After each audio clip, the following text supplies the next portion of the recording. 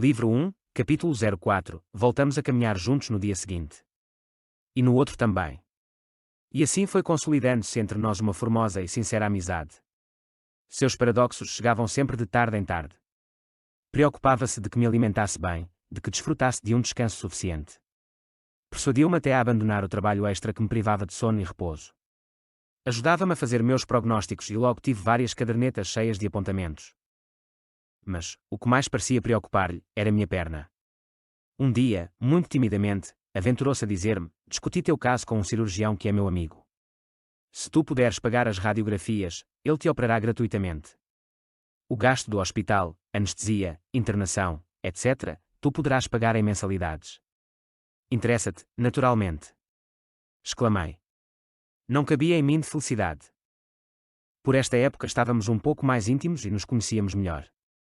Atraía-me sua maneira franca e aberta de fazer as coisas, especialmente como lançava suas opiniões sem se preocupar com as minhas. Mas havia descartado o tema religioso, o que não deixou de chamar-me a atenção. Obtive de meus chefes a autorização necessária para ausentar-me do escritório, e inclusive me proporcionaram um adiantamento, por conta de salários futuros, para que pudesse completar a soma que me faltava. Nessa memorável tarde, meu amigo me esperava na porta da igreja. Estamos atrasados, disse-me. Vamos de táxi. Durante a viagem não falou nada e tampouco eu, salvo. É uma lastima que nesta tarde não pude rezar. Gostaria de dar graças por tudo isto, tranquiliza-te nesse sentido, respondeu-me. Estão dadas, recebidas e tu estás em paz com ele. Não tive sequer tempo para surpreender-me, porque nesse instante chegamos à clínica e ele se antecipou a pagar o chofer. Aquelas 5 semanas passaram tão velozes que quase não posso recordar os detalhes.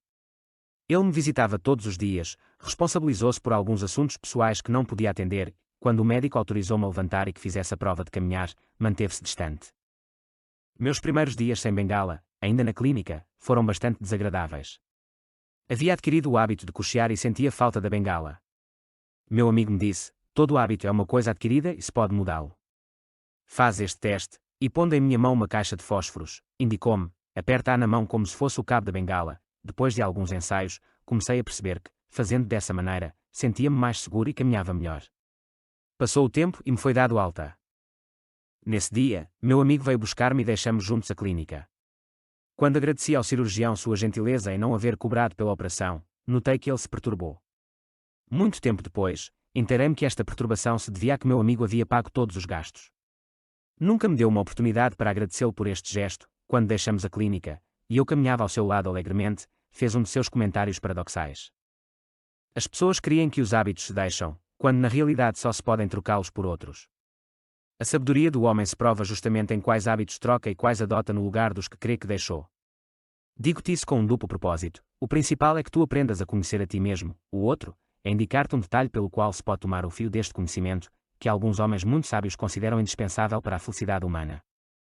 Por exemplo, agora tu vais apertando a caixa de fósforos e disfarças este hábito levando a mão escondida no bolso. Isto não é especialmente prejudicial.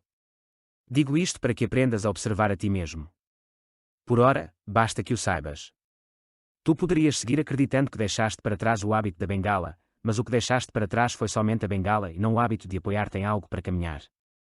Agora tu te apoias numa caixa de fósforos. Não sei se tu entendes o que eu quero dizer-te.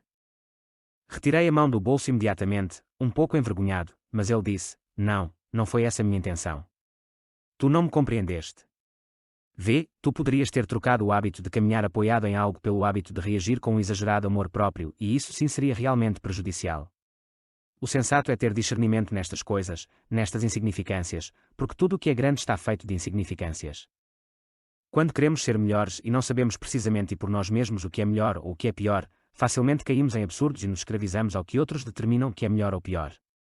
Em cada ser humano há um juiz sempre disposto a orientar-nos, mas devido à nossa péssima educação e as consequências dela e de outras coisas, ignoramos a este juiz interior ou, quando nos fala, não lhe prestamos a devida atenção. Este juiz, somos nós mesmos em uma forma distinta, digamos invisível.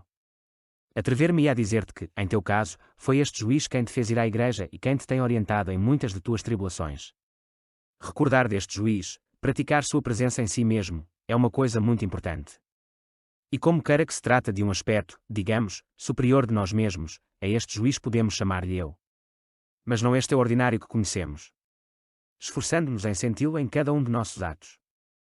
De nossos sentimentos, de nossos pensamentos, nós o nutrimos.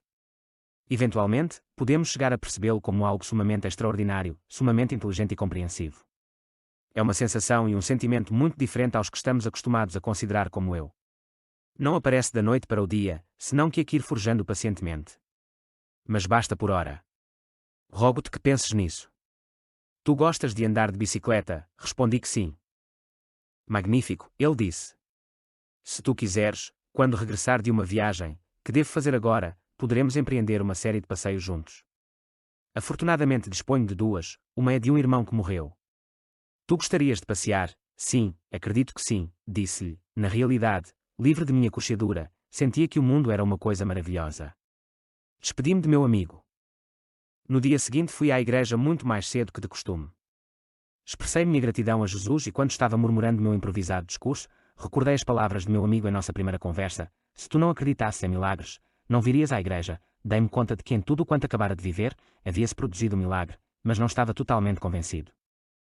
Tudo havia ocorrido muito casualmente, e além disso eu estava acostumado a pensar que os milagres, para que fossem reais, deveriam ocorrer em uns poucos segundos.